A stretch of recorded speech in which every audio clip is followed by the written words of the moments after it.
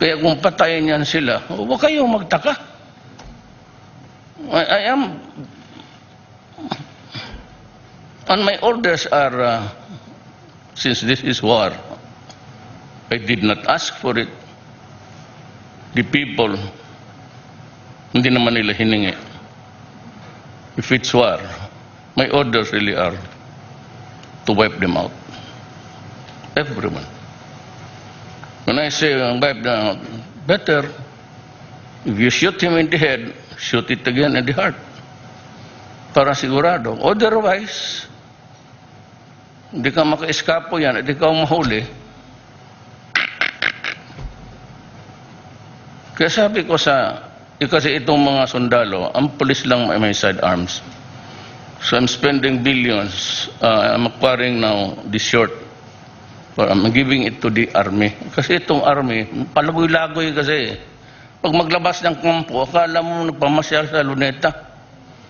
Kaya kinikidnap o minsan binabarila lang ng NPA. Kaya nawala yung peace talks.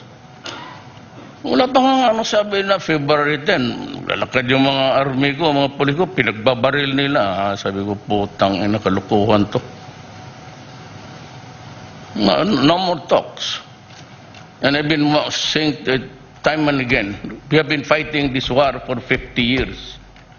I'm asking now, the communists, are you ready to fight another 50 wars? Kayo ang nag-umpisa eh. Kayo did, because if you are, then wala ka akong choice except to prepare for the next 50 wars. And I'll just have to arm government properly. So yan ang, masabi mo anong order ko, igera to, patayan to, nobody asked for it. Bakit kita bubuhayin kung kaharap na ka ng, kung barilin mo sa ulo, shoot him again in the heart. Then I am assured with 2 bullets, wala na akong papakainin ko pa yung putang inang yan. Gasto pa. Patayan mo kaya gusto mo, sige. And I've been trying to warn them. How many times did you hear me? Do not force my hand into it. Please. When they started to place IED, improvised explosives device, sa Zamboanga High School, sa Marawi, yung granada dyan sa library, do not do that because you'll force my hand if you start to harm innocent civilians, especially children. Ay, inatake talaga yun. So just an information for everybody.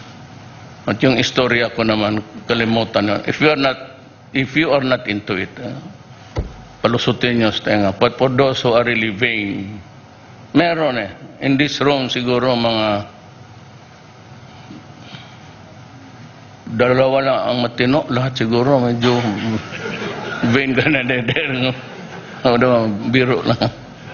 Let's have the picture for posterity.